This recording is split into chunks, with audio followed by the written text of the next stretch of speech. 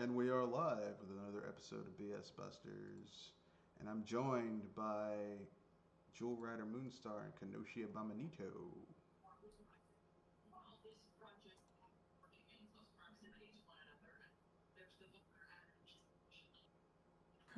So, Jewel, give your sign in first. Welcome, ladies and gentlemen, boys and girls of all ages. I'm the Best Busters Midweek Podcast, and today we are probably going to go over some.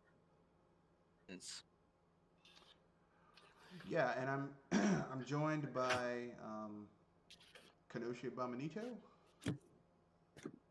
Yeah, this is Koshi Abominito here to say that I've been playing Dragon Ball Z Kakarot and Twilight Princess, and I might be doing a game stream a little bit after this one, so All right. keep an eye out. Well, And that's about it. you know, That's about it. I don't mind joining your because it's not like I have anything to do. Yeah, exactly. Yeah. This is Mr. Red Fox, own proprietor BS Buster. So, without much ado, just before we go any further, trying out a different format tonight, more structured format for the podcast. So, you know, that happens sometimes. So let's get into it. But first, well, we already talked about all that type of stuff. So I guess we can get into the first topic, which is the news stories of the week. Oh, I forgot to tell you what I've been playing. I've been playing Monsters Den Godfall. It originally was like this game that was made for like was on Congregate. Think D&D where you go into a dungeon and fight monsters. Then you go to like merchants in the dungeon and like buy better weapons or loot better weapons from monsters and chests and stuff. But Monsters Den Godfall is like the fourth game in the series, and it's really ambitious because you have an overworld, factions. You can create your own party from like a huge array of classes. It's basically a D&D experience without having to get together a whole bunch of people to play D&D. So that's what I've been playing. So, but before we go, but now we got that out of the way. We have three news stories of the week. The first one is Evo. Evo has dropped some games from their online competition. The most notable being Smash Brothers, which Wait, they actually dropped Smash Brothers. yes, Oh, great. yeah. I can hear the pain already. Not really. The reason they dropped Smash Brothers is actually really legit. As basically, there's two types of online gameplay for fighting games. There's basically there's one that uses a predictive algorithm to basically determine what buttons were pressed, so that essentially if there's lag or something over the online gameplay, it basically jibes with what you did with what that did, and so there might be a little bit of a twitch in gameplay, but you're not really missing anything because it happens very quickly. Unfortunately, this type of netcode is really expensive to implement in games for online multiplayer components, so most games don't use it. And we all know how notoriously cheap Nintendo is. They ain't using that. And to be fair, in their defense, I mean, if you're playing Smash Brothers competitively, you kind of like it's a party game. It's not supposed to be competitive. Well, the last thing you want in your fighting game is lag. It's Well, like that the worst. You know. you're right, but it's not. It's kind of like people getting mad that online chess is it doesn't have the greatest connection. it's like online chess is supposed to be is it's like or online Monopoly has lag. It's like it's a party game. It's not it's not supposed to be like this, but that's neither here nor there. It's been dropped from Evo. Um, because the net code for Smash Brothers is not that good. It's basically they went with the cheaper alternative Yeah. for creating the net code for their online. Yeah. Um, for the online for that particular game. I don't know about other games with Smash Brothers with Nintendo, but that game has really bad Because they, net code. Hmm. yeah, it's not they didn't design it to be competitive in the way that a lot of other people want it to be No, competitive. and to be fair, a lot of the other games that have shitty net code, like they weren't anticipating because these games really, if you're gonna play them competitively, if you're gonna do it, because there are people who play speed chess, battle chess, games that aren't really meant to be competitive, they play it competitively. There are people who do that. Um, they were thinking that it was going to be played, over LAN or side by side over using the same things. Unfortunately, due to COVID-19, that isn't happening. So that's why it was dropped.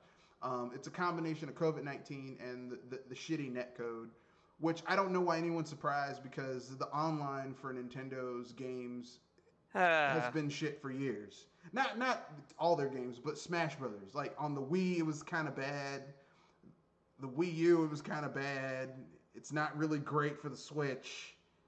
I Um, mean, the only game that's consistently had a decent uh, online play, and this you could probably argue against this too, is Mario Kart. yeah, yeah, Mario Kart, especially Mario Kart 8. That pretty much that online was pretty good. The Yeah, entire I time. never really had much. Yeah, But Mario Kart 8 didn't require the type of quick twitch reflexes that a fighting game would require. So, but I mean, here's the thing, okay? Like, it I'm didn't not. seem like What? it didn't seem like that when I usually got the mixed internet connection. I can understand that because it depends on where your server is. But just for the sake of like how many people would be in one match, probably on one server, the netcode probably can't handle it. And Nintendo wasn't spending that much money on the netcode anyway because it's not like the intention of Smash Brothers is not a competitive game. It's a party game. Like if you're taking it that fucking seriously, then you're kind of playing the wrong type of fighting game. But that's just me. Next news story. Oh, what are your guys' thoughts on that? Agree, disagree? Do you I don't care? Do really, you not care? Hmm. Whatever. I don't really care. Okay. Like, I never I cared about Evo. I ki- I kind of grew out. I have to I have to groan and know that what's coming next is going to be a headache to hear for some people. All right. I mean, to be fair, I'm not a big fan. I don't like people who play certain games competitively anyway because I just don't care. Like I don't like watching people play video games. Even fighting video games, I don't like watching people play competitively. It doesn't do anything for me. But some people like it, so For me, I actually have a mix. Like I like to see the highlights of some of these battles, yeah. I'm not. and No, sorry. Go ahead. I was saying that I could from when they're saying that they like the competition part of it, but I could say right now that I'm not a competitive person in full. If I like with Pokemon, I am kind of a competitive person, but I don't take it too seriously. If people take some things too seriously, like the competitions, it can get pretty ugly fast. That's that's true. It's fair enough. I agree. I agree. Um, let's keep it moving to our next little bit of news. Okay then, so Nintendo dropped some new games for their online services for the NES and SNES Online. Some people are underwhelmed by those offerings, but some of these games are actually pretty good. I was about Um, to say, what's on Pardon? what's on the menu? Okay, so we've got Panel de Pon, which is the Japanese version of Tetris Attack. If you're a Tetris Attack fan, it's great. Personally, and this is just me, I like the Game Boy version of Tetris Attack versus the The um, SNES? the SNES version. I think the Game Boy version has better music, but that's just me. Um, Hey, that's a weird that's a weird compliment. yeah, I think the Game Boy version has, even though the Game Boy version is missing certain, has like two less characters. I think the Game Boy version has better music. I think the end boss music, the Bowser music for the end boss for Tetris Mm-hmm. Attack is better than the end boss music for Bowser in the SNES version. But that's just my own personal opinion. I know some people would disagree. Aside from that, they're basically the same game, except one's in color and is 16-bit, and the other one is not in color and it's 8-bit. I mean, they're I functionally the consider, same game. yeah, that's what I was about to say. Yeah, both of them are the same game, and yet you're preferring the Game Boy, Yeah. and you call me weird. Well, I mean, plus I appreciate what they were able to do on that console. Like, I appreciate what they were able to do on that console to cram that much content because it's functionally like. Here's the thing: normally, when you had a game that was on the SNES and the Game Boy, or on the NES and the Game Boy, or on the SNES and the Game Boy, the SNES version was superior, clearly superior to what was on the Game Boy. Yeah. The Game Boy version of Tetris Attack is functionally virtually the same, aside from a few changes. And the port was done by HAL Labs, and it was headed up by Satoru Iwata. He was like the head programmer on that game. So I shouldn't be surprised that they were able to cram all that shit onto a Game Boy cart. With him leading the programming for that, because that was his thing. He was the master of compression, um, without losing functionality. So I give props to the master. So Yeah. I'm impressed with shit like that. Like, cause sometimes it's easy to like the more full featured console version of stuff. It's the reason why I like games that kind of push certain titles to their limit. Push games to their limit on certain stuff. I like that stuff. Um, I I wouldn't be surprised if you Game Boy Advanced. what? I wouldn't be surprised at this point if you hey Advanced. That I don't like the Game Boy Advanced? No, I was saying I'm surprised that you do not have Doom for the Game Boy. I do have Doom for the Game Boy Advance and Duke Nukem, the Duke Nukem port for the Game Boy Advanced, and GTA Advanced.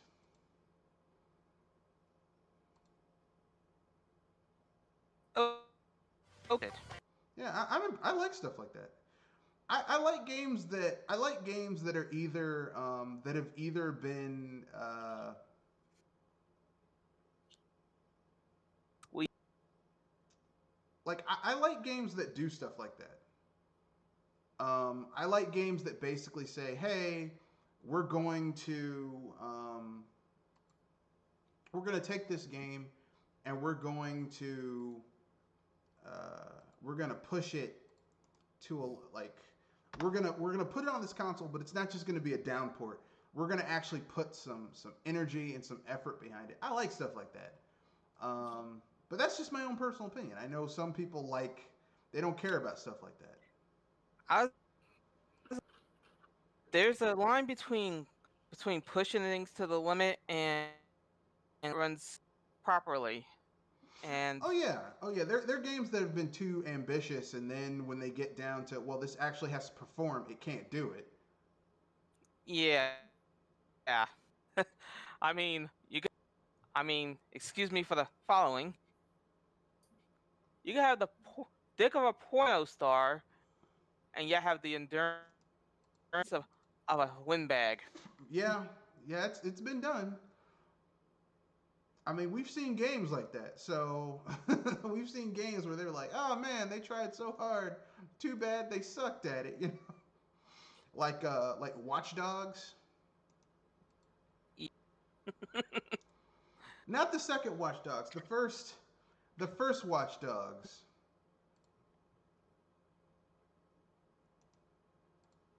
You know, that game was very ambitious, but it could not fulfill its ambitions.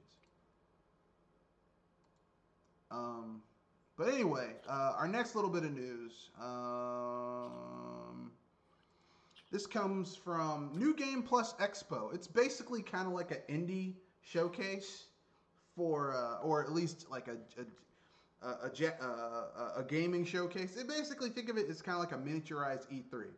So basically, here's what they have. It's several gaming companies have come together as part of an upcoming digital showcase. You've got well, here's the full list of games. I don't want to go with the few names they have up here.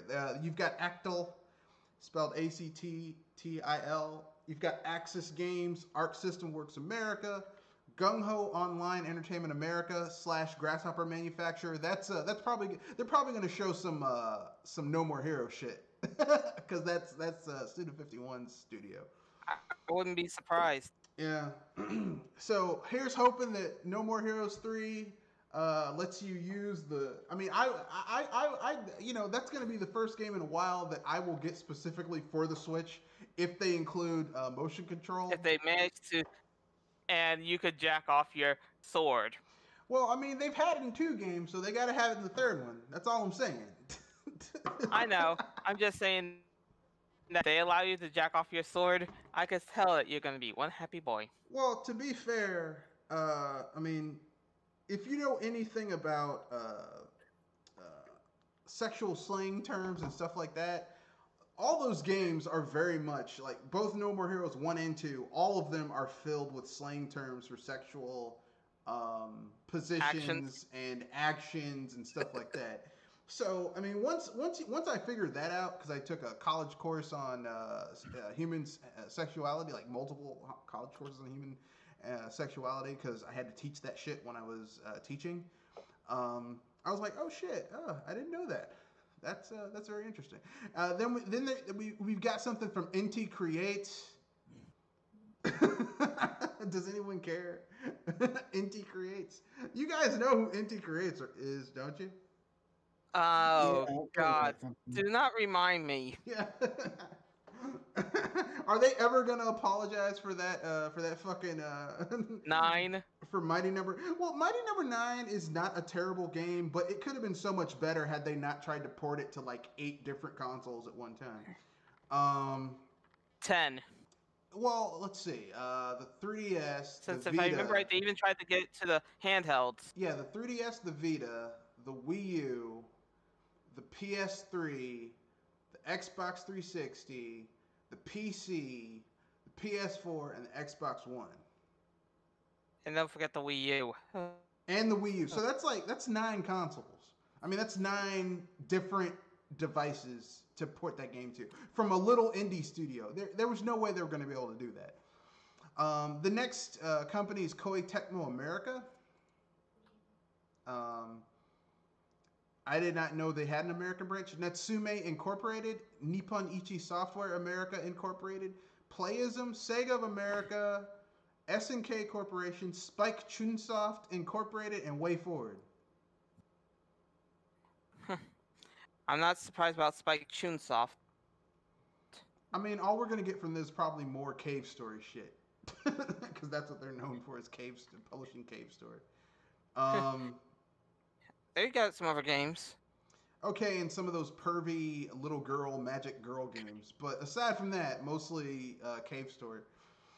Next, we have the New Game Plus Expo showcase will take place June 23rd, 8 a.m. Pacific time, 11 a.m. Eastern time, and 4 p.m. in the UK, 5 p.m. in Europe, and it'll be live streamed on Twitch. So, if you have some free time, you can go watch that shit.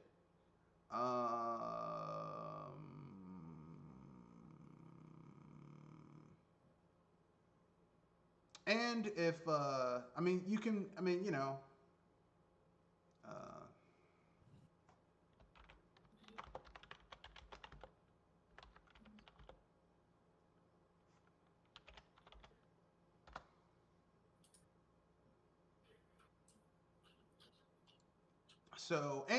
and for those of you who want a taste for how this is going to work, we have the PC gaming show leading the pack, June 6th.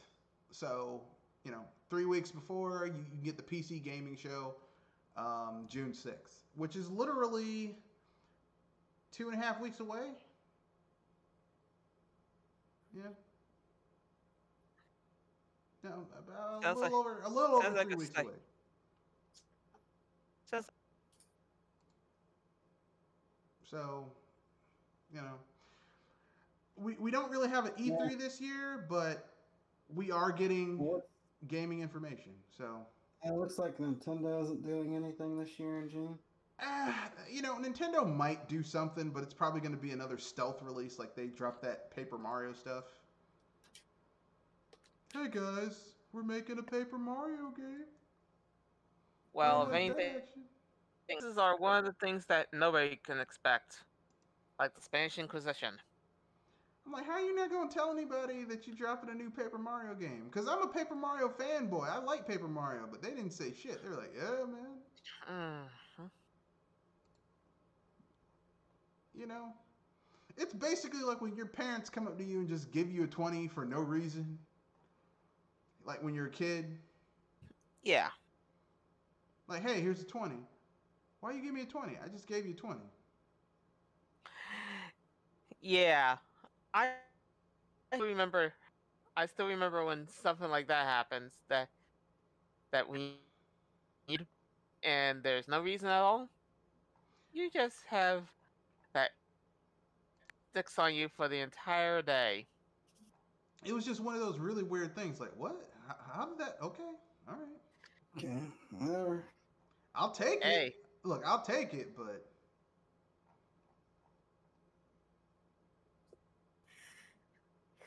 I People wasn't still mhm, don't. anticipating it. You know what I'm saying? yeah, Yeah. So and here's the thing. I'm a Paper Mario fanboy. Like it's one of my favorite um, franchises, but you know they just stealth told people they were coming out with that game. I mean, the way they came out with it, it feels like there should have been a direct associated with talking about that game, but because of COVID-19, they were like, "Fuck it," Yeah. you know. Yeah, maybe they'll just drop a sizzle reel or something of trailers. I'm like, whatever. I mean, I would have Talk preferred. about it later. I would have preferred them to do A direct? well, I mean, yeah, because here's the thing, Yeah. okay, like if they had been knocking it out the park with Paper Mario games for the last iterations, like all of the 2D Mario games have pretty much been solid. Even the one that everyone hates, they're like, I hate New Super Mario Brothers 2, the one with all those gold coins. I'm like, yeah, I can understand. Like, and I would say it's not the most imaginative, but I mean, it's not. It like okay, the dip in quality from New Super Mario Brothers, the first one, and New Super Mario Brothers 2 is nowhere close to the dip in quality to the Sonic games.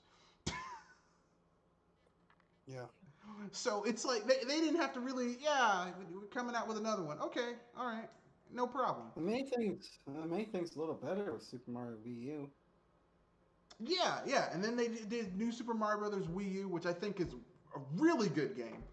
Um, I think people are so upset that that game came out. I think the reason they were upset is they weren't used to Nintendo releasing a game like that, as close together as they did with Super Mario Wii and then Super Mario 2 and yeah, then just but Super Mario Brothers Wii was like almost. It wasn't a launch title. I think it came out like 2 years into the life cycle of the Wii. it came No, out 2008, yeah, it was almost a launch title for that system. 2009, I think. And Yeah. then I know New Super Mario Brothers U was a launch title for the Wii U. So I mean, Yeah, yeah. Historically, I Nintendo mean, has typically had a 2D Mario game as a launch title for their consoles, from the and NES it's to the SNES, to the DS. I think people just felt burned by so burned by the Super Mario 2 that they were when they saw Super Mario U came out, they were like, oh, now they're gonna milk the hell out of this franchise. Yeah, but it's a legitimately really good game. Yeah, yeah. Because everybody was used to Assassin's Creed and Call of Duty. That was just it Like I was said, there's only one it's there's only one franchise that Nintendo has basically milked the shit out of that I think they need to take out back and shoot in the back of the head, and that's Mario Party. No, I was about to say Pokemon, but okay. Yeah, but that's not Nintendo. That's the Pokemon company. But they As long own as they're not, Mario Party. I was about to say, as long as they are not releasing every single beeping year, then I could agree with you. No, well, okay, let me put it this way. Mario Party isn't as bad as Madden or FIFA because it's not released every year. But Mario Party is in some ways as bad because it doesn't fundamentally change with each iteration. Like, they don't even do basic shit to make that game different with each iteration. It's basically the same general concept, different maps. Maybe they add some new characters, maybe they take away some characters, but it's just nothing fundamentally changes with the game with each iteration. I think the Wii U one was the most new, where you could play as Bowser and just fucking be a troll and destroy and be the bad guy, which was cool. But eh.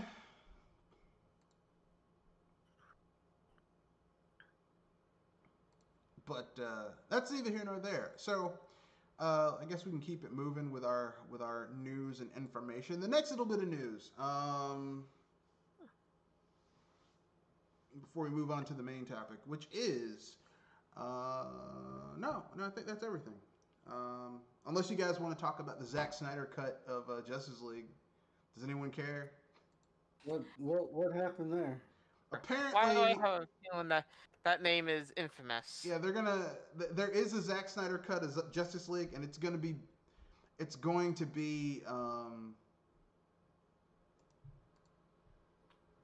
Released or burned or what? They're going to bring it to HBO Max. Oh, okay.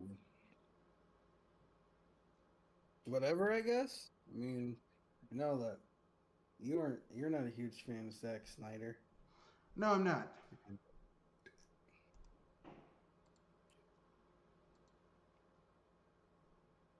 I'm not a huge fan of Zack Snyder. I don't think his I don't think I don't like. Here's the thing. The people who were like, we need a Zack Snyder cut of Justice League.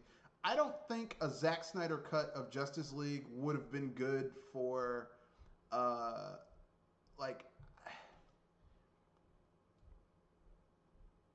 I don't think it would have made any difference on whether or not that movie was going to do well or not. Yeah. Because the thing is, like, you have a like Zack Snyder is kind of like what's his name shit. Zack Snyder, in terms of his reach into the you know people who like his movies, is kind of like uh, Ryan Johnson or the guy who did Fantastic Four Stick. Yeah.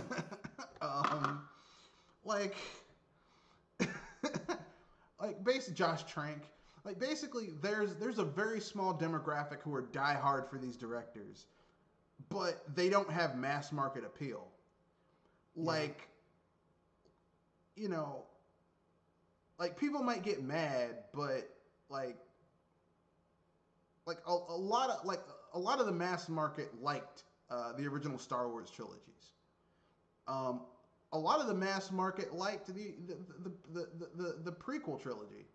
Not as much as the original, but still enough to where it was a financially viable property. A lot of Yeah. people like the first two Superman films from the 70s and the 80s. Okay, they like those two films. For a lot of people who've never read the Superman comics, who've never watched, Justice League the animation or the new adventures of Superman or anything like that, that was their introduction to Superman, was Christopher Reeves um, as Superman with the John Williams score. And so, like, when they think Superman, they think of this guy who basically is, you know, who is essentially uh, this ultra protagonist, if you get what I'm saying, like the ultimate good guy. Yeah. And that's basically, that's kind of like what Superman, that's his thing, okay? Um, and then you get someone like Zack Snyder who's like, I want to do a dark, gritty Superman, and Warner Brothers let him do it because they thought because Superman, Batman is their biggest, for the longest time was their biggest character. What? I was thinking that you were looking for the word headline. Yeah, well, he was their biggest. Yeah, he was their biggest headliner, and so they wanted every character to be basically. And you could see it in their TV shows, like Arrow. If you ever watched the first season of that, it was basically just Batman, except instead of Batman, it's Oliver Queen, and he uses instead of batarangs, he's got a bow and arrow. It's like really, like you're not even, you know, like they do Man of Steel, and they try to turn Superman into a dark, brooding, gritty character. Why? Superman is not a brooding. I mean, he's the one that's supposed to bring people up. you know, and so now they're like, well, Zack Snyder. It's like, why are you revisiting this dead, bloated horse corpse? It's dead. Just let it stay buried. Yeah. Like, why are we going back to that well? We don't need to go back to that well. We don't need to go back to um we don't need to go back to the Zack Snyder well. How's it going, Sprite? And And yet, I know some people. I've met some people that actually like, Zack Snyder stuff who are comic book fans. yeah, they're really into it. Like, but it's not. It's a very small minority, is what I'm saying. Yeah, it's some people just like it. They don't like. Some people are they don't like when movies when a movie adaptation comes out of a story. They don't necessarily like that it's a beat for beat carbon copy of the book or that story. I can understand that. I've met people who like the Harry Potter movies, even though they're slightly different from the books. Yeah, that is true. That is true. But I mean, okay, let me put it this way: the Harry Potter movies are slightly different from the books, but by and large, like, okay. And this is just my own personal opinion. When I think of something being lifted from a pre-existing source, like a book or a comic book, basically they should be close enough that if someone has never read the source material, they can talk with someone who has and not look like a fucking idiot. Yeah, I can get that. Because there are people who don't want to devote the time to read 7 books. I can understand that. But they can watch Harry Potter, and overall, like 90% of what's in those movies, they can talk to someone who just read the books, and they will not have an argument. Yeah, I mean, the overall plot, is the same as the books. Exactly. But I mean, like, if you're using Zack Snyder's Man of Steel or his version of Batman v Superman as as to have a discussion with someone about these characters, it better be about how bad it is. Yeah, you need to go sit down, because it's not.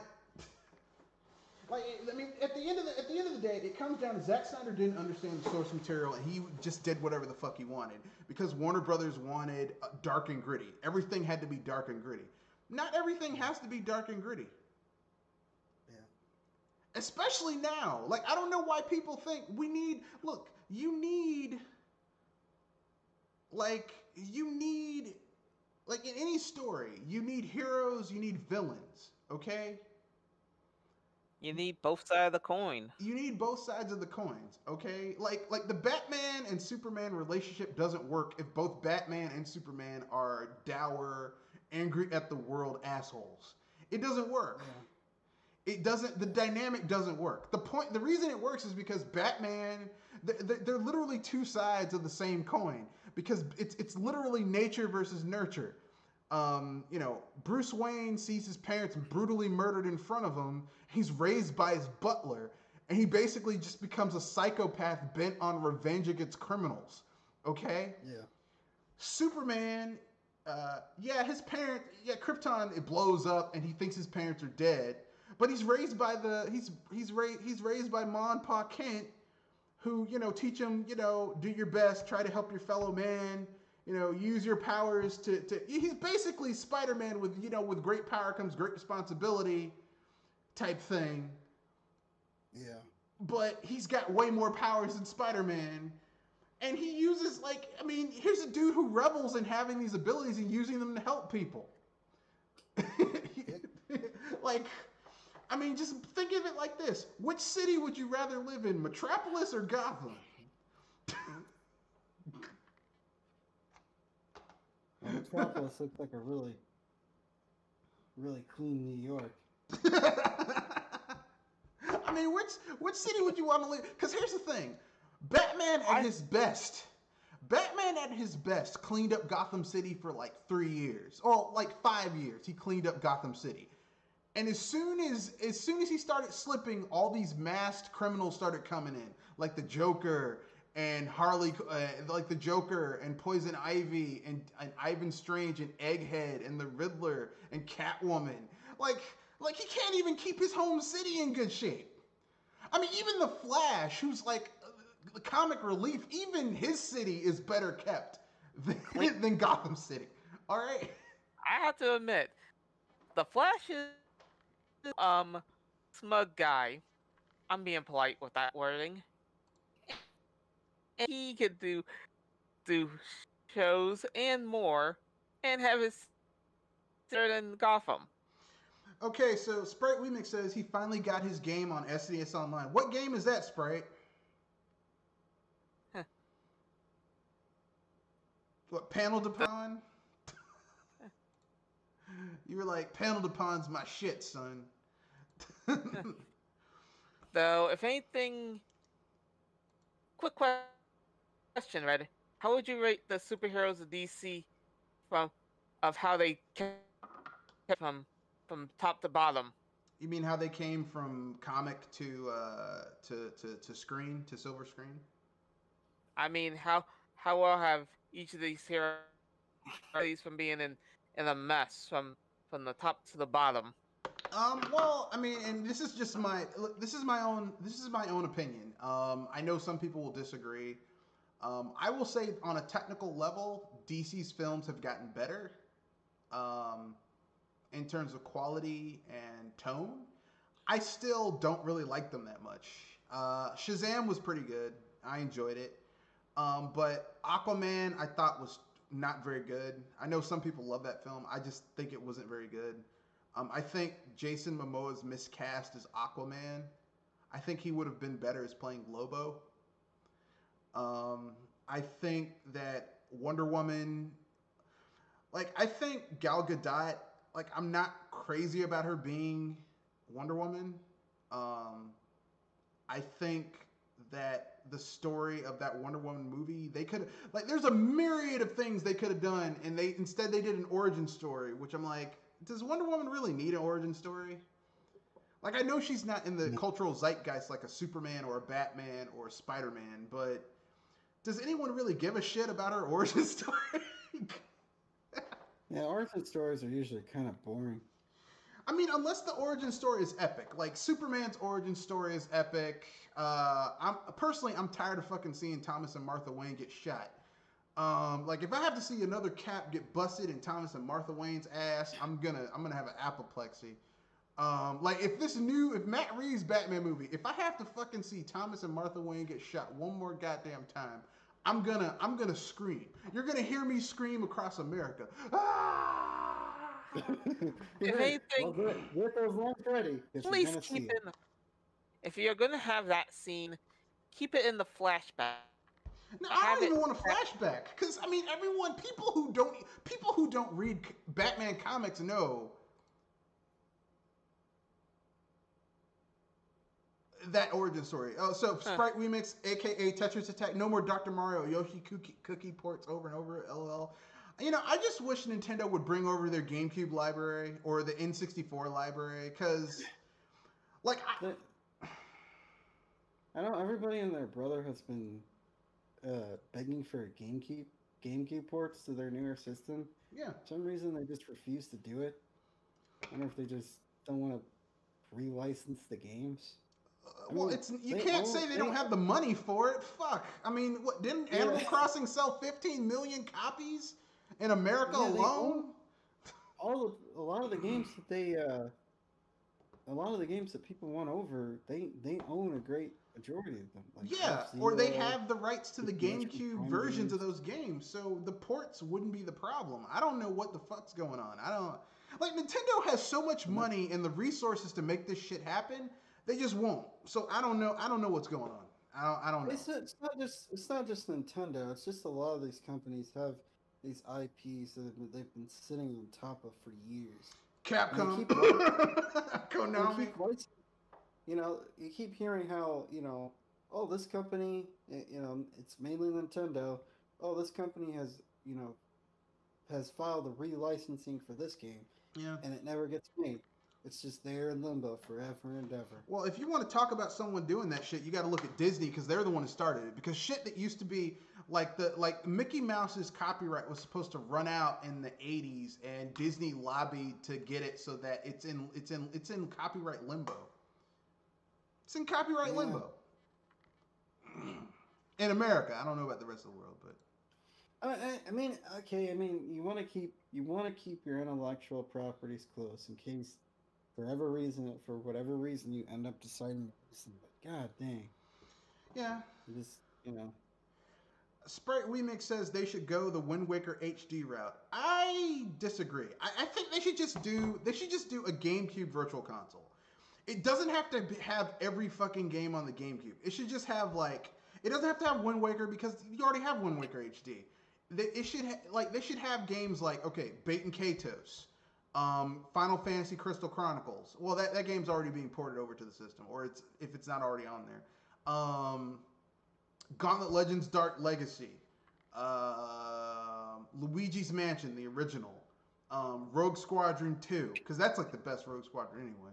Um, Donkey Kong Rumble in the Jungle, Donkey Konga 1 and 2. Like, I mean, it's not like Well, I mean, Mario Sunshine. Like, I don't. we're not going to see every Super Nintendo game or every Nintendo game. No, but everything those. I said aside from the Gauntlet Legends Dark Legacy, Nintendo owns this shit. They just, I mean, I'm like, what the fuck, man? Just Because a lot of those games, their licenses are somewhere in the deepest, darkest pits of hell somewhere. whoever owns the Midway licenses, just look, Nintendo, look. It's not like okay, this is not the Wii U times where you were trying to hold on to your money. You got money, fucking shit. Look, if you add an N64 and GameCube Virtual Console, or even better, or I mean, GameCube library and N64 library, you can charge people like $30-$40 a year for this online service, and people will pay it, even if the connection sucks, even if people are getting their shit hacked because they want to play those games. Either that, or just do like a GameCube Mini. But whatever. Yeah. I don't know. It's Nintendo. I think they might be the biggest offender of all this. I don't know. I remember EA. Where they were trying to ban people from using Battlefront 2 servers. They were trying to lock those down. Like a lot of these companies are pretty bad at that. Yeah. The way I feel about it, if you bought the shit, you should be able to do whatever the fuck you want with it. But that's just me. As long as they aren't still making money off of it. Like EA's like, we moved away from this. Well, then fine. Then let people do whatever the fuck they want, man. Stop being a dick. Let's get to this main topic. Or unless you have something else you want to say, Kenoshi, and then we'll get to the main topic. I just wanted to say that's why emulation doesn't bother me as much as other people, because if these people stop making money on it, then Yeah. whatever.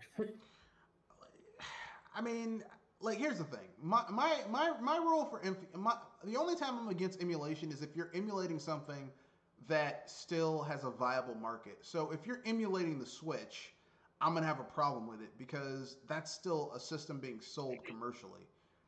Yeah, Um, yeah, but if you want to emulate a Wii U, a Wii, a GameCube, a PS2, a PS1, a PS3, well, the PS3s are still being sold, but like aside from that, like a PS2, PS1, like shit that people still aren't supporting, that aren't being supported commercially anymore, then who fucking cares? Let them do whatever the hell they want. It's their shit. They spent uh, money on it. and then the oh man, never mind. I forgot what I was gonna say. Go on. Yeah.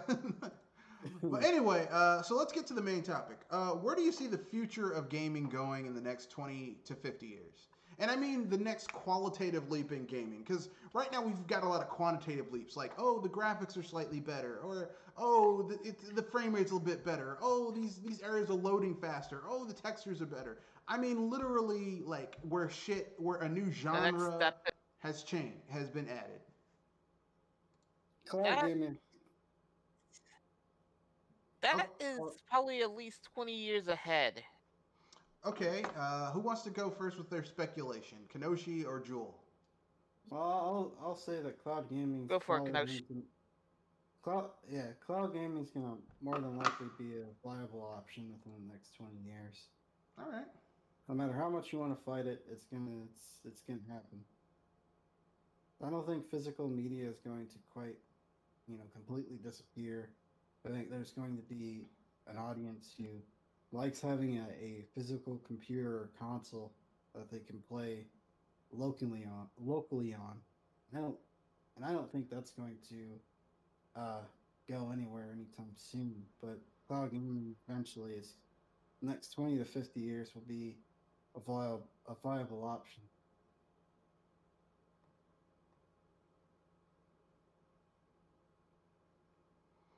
All right.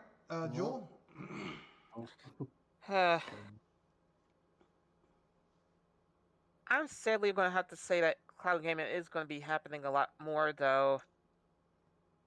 It's never going to replace physical media because I'll be honest, if if we lose all ideas of having anything physical gaming, we're going to be SOL the moment that they say that that this service is going down. That's a reality I'm having a feeling it's going to happen. Oh, you can't fight the future. You either roll with it Oh, or get run down. I'll I'll roll with some of it, but if going full digital, Yeah, I can understand that. I mean, it's like this, right? Like I'm really into. you're really into the digital media stuff. No, no, I was gonna say I'm really into vinyl. Like I love vinyl and cassettes, and well, not cassettes because the audio for cassette is trash. But I'm really I into was about vinyl, to and say you you might need to take care of those cassettes if you want good no, I'm those. I'm really into vinyl. Like I love vinyl records. But the thing is that like vinyl used to be the it thing. It used to be the major thing, and then they moved from vinyl to cassettes to well 8 tracks to cassettes to CDs, and now it's digital. But you can still get a lot of things in vinyl. I think the wave of the future is going to be you're going to see more and more things just be digital only, and only for certain special things will you see it done. Uh, it'll either be like the physical media will be in much smaller numbers released. They might charge more for it. That's what I see in that regards to that. I don't think it's just the way it's going to be. I'm not happy about it, but Sprite Remix says the hardest thing to own physically are arcade only games because they're very expensive and hard to obtain these days.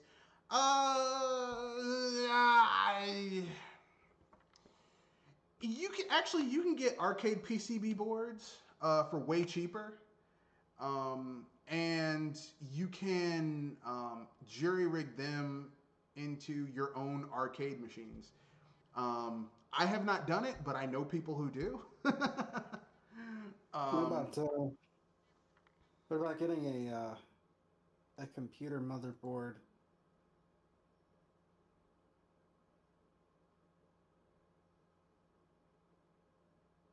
and what?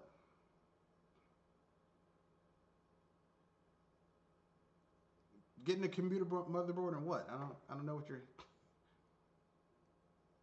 Okay. All right. Oh shit.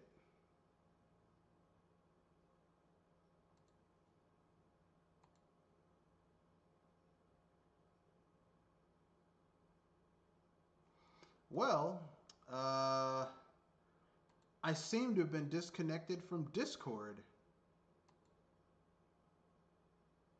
Ain't that a bitch? Um,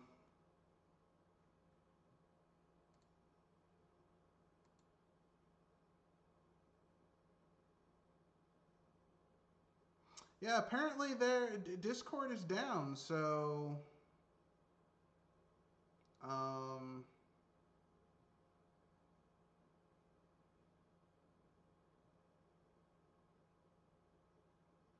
what are you gonna do? Um,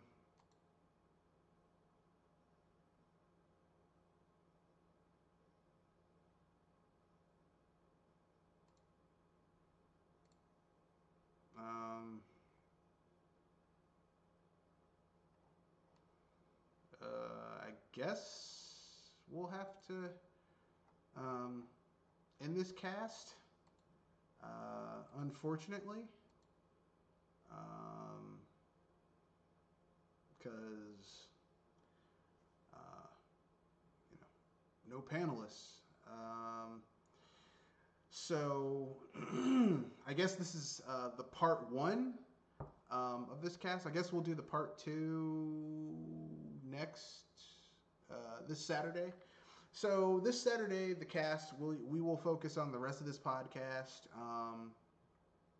the other future things that we always want to talk about um, in gaming. We'll cover um, our unpopular opinions and all that type of stuff. So, with that being said, that's the end of this podcast. Remember, rate, comment, share, subscribe. You can reach the channel at to get in touch with the channel. You can reach me at via Gmail at Mr. Red Fox BS Busters. That's MRRED Buster at gmail.com. That's all lowercase. Or at Twitter at Matthew Space Wesley. All that's all lowercase. MATTHEWWESLEY at Mr. Red Fox 91 on Twitter. So with that being said, that's the end of the stream. That's the end of the podcast. Part one. We'll get to part two this Saturday, 7:30 p.m. Eastern Standard Time.